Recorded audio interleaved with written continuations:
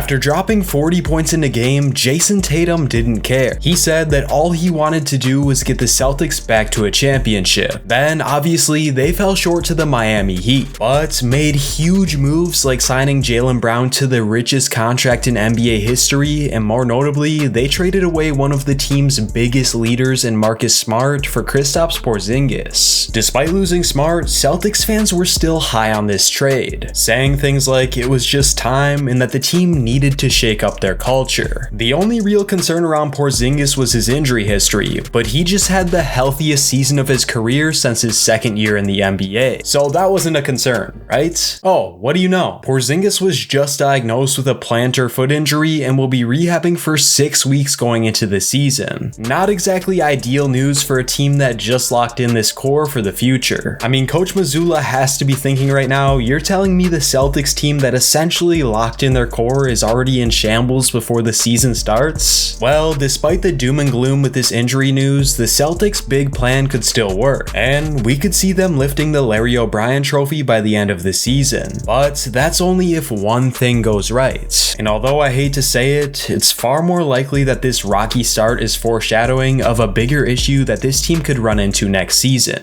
But let me explain. Let me start off by saying that the Kristaps Porzingis trade was not bad for the Celtics. Marcus Smart was just as injury prone as Porzingis, playing 240 games since 2019, while Porzingis played 216 since that year as well. That's not a terribly big difference. Smart was the culture setter for Boston, but it was time to take a risk, given that this team is so close to winning a championship. Porzingis, when healthy, provides elite rim protection and floor spacing that the Celtics team desperately needed. He averaged over 20 points a game just 2 seasons ago, and the Celtics, well, to put it simply, they're betting on his talent. And Porzingis' talent is exactly what this team needs to get put over the top and finally bring a championship back to Boston. But on the other hand, trading Smart, who was kind of the heart and soul of the team, was risky in the eyes of many fans. He was far more than just stats on a page. Smart's toughness and leadership define the Celtics, and although Porzingis is a talented player, based on what we've seen with his last 2 teams in Washington and Dallas, he doesn't really bring that leadership and heart and soul factor. I mean, in Dallas, when he was paired up with Luka Doncic, many reports came out saying that Porzingis was jealous of Luka, and that's ultimately the reason why he left, saying that he, quote, wasn't the right guy to be a co-star sidekick. Well, I hate to break it to you, Kristaps, but on the Celtics, you're the third option at best. So if he still has this attitude that he had in Dallas, this is another big red flag for this team.